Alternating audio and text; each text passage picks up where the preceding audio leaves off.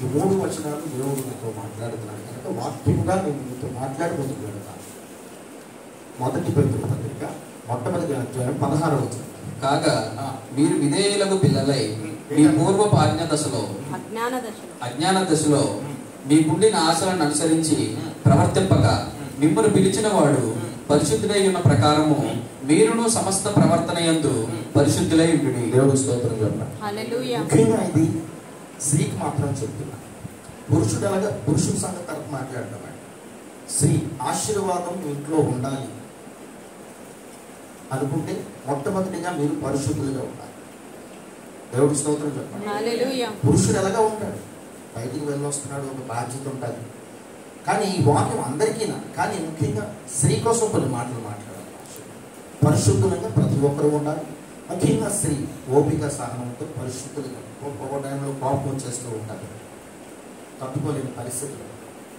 మన పరిశుద్ధతని కాపాడుకోవాలంటే దేవుడిని చూడాలి. దేవుడి స్తోత్రం చెప్పండి. రెండవది మార్క్స్ వార్త 14:38 ఎందుకంటే మెలుపు కలిగి ప్రార్థన చేయాలి. ఏం చెప్పారు? మెలుపు కలిగి.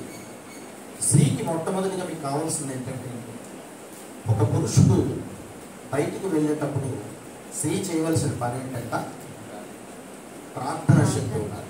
చూడండి, ఏ ఇంట్లో ఉన్న పురుషుడు లేకపోతే ఆ స్త్రీ చాలా బాధపడుతూ ఉంటారు. ఒక ఇంట్లో స్త్రీ పిల్లలు పురుషుడు లేడు, చనిపోయడం పురుషుడు, ఆ ఇంటిని చాలా మంది చులకనగా చూస్తూ ఉంటారు. మగవాడు కృష్ణుడు కూడా బయటకు వెళ్ళేటప్పుడు కూడా ఆ స్త్రీని చులకనగా మాట్లాడుతూ. మీకు కావాల్సింది ఏంటంటే మొట్టమొదటిగా పరిశుద్ధతని కాపాడుకోవాలి. దేవుణ్ణి చూస్తూ నా భర్త చల్లగా ఉండాలని ముందు ప్రార్థన చేయాలి.